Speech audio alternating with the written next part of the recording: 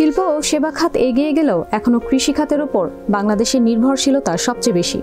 প্রযুক্তি ও উদ্ভাবনের কল্যাণে প্রতি বছর বাড়ছে উৎপাদন, যা বাংলাদেশের খাদ্য নিরাপত্তায় নিয়ামক ভূমিকা পালন করছে।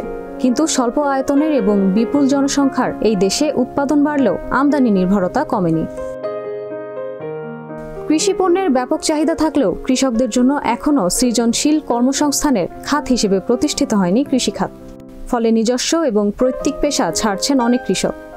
গত এক বছরে প্রায় 16 লাখ কৃষক তাদের পেশা ছেড়ে দিয়েছেন। বাংলাদেশ পরিসংখ্যান ব্যুরো BBS এ তথ্য জানিয়েছে।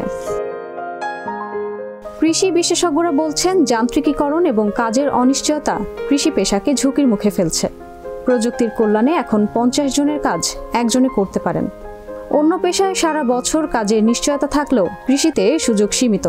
ফলে বেঁচে থাকার তাগিদে কৃষি ছেড়ে শিল্প ও সেবা খাতে ঝুঁকছেন তারা।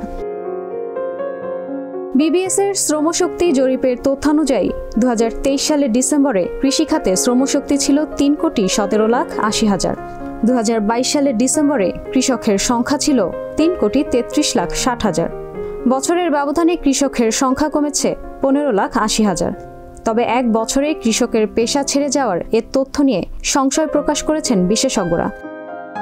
বাংলাদেশ কৃষি বিশ্ববিদ্যালয়ের অ্যাগ্রোনমি কৃষি তত্ত্ব বিভাগের প্রধান অধ্যাপক ডক্টর মোহাম্মদ রমিজউদ্দিন দেশ রূপান্তরকে বলেন, এক বছরে কৃষকের সংখ্যা এত কমার কথা নয়। সম্ভবত তারা প্রান্তিক চাষি যারা লাভবান হচ্ছে না বা তাদের পণ্যের মূল্য পাচ্ছেন না, অথবা যারা ঋণ নিয়ে ঋণ দিতে পারছেন না, তারা অন্য পেশায় চলে যাচ্ছে কিংবা কাজের খোঁজে শহরমুখী হয়েছে। কৃষিতে শ্রমিক কমার ব্যাখ্যায় রমিজউদ্দিন বলেন, দেশের কৃষকদের সব দিক দিয়েই খরচ বাড়ছে, বিশেষ করে শ্রমিকের খরচ বাড়ছে। ধান কাটতে গেলে দৈনিক জনপ্রতি 1000 টাকা লাগে, কিন্তু তারা তাদের পণ্যেও ন্যায্য দাম পান না, বিশেষ করে মৌসুমে তারা ভালো দাম পান না।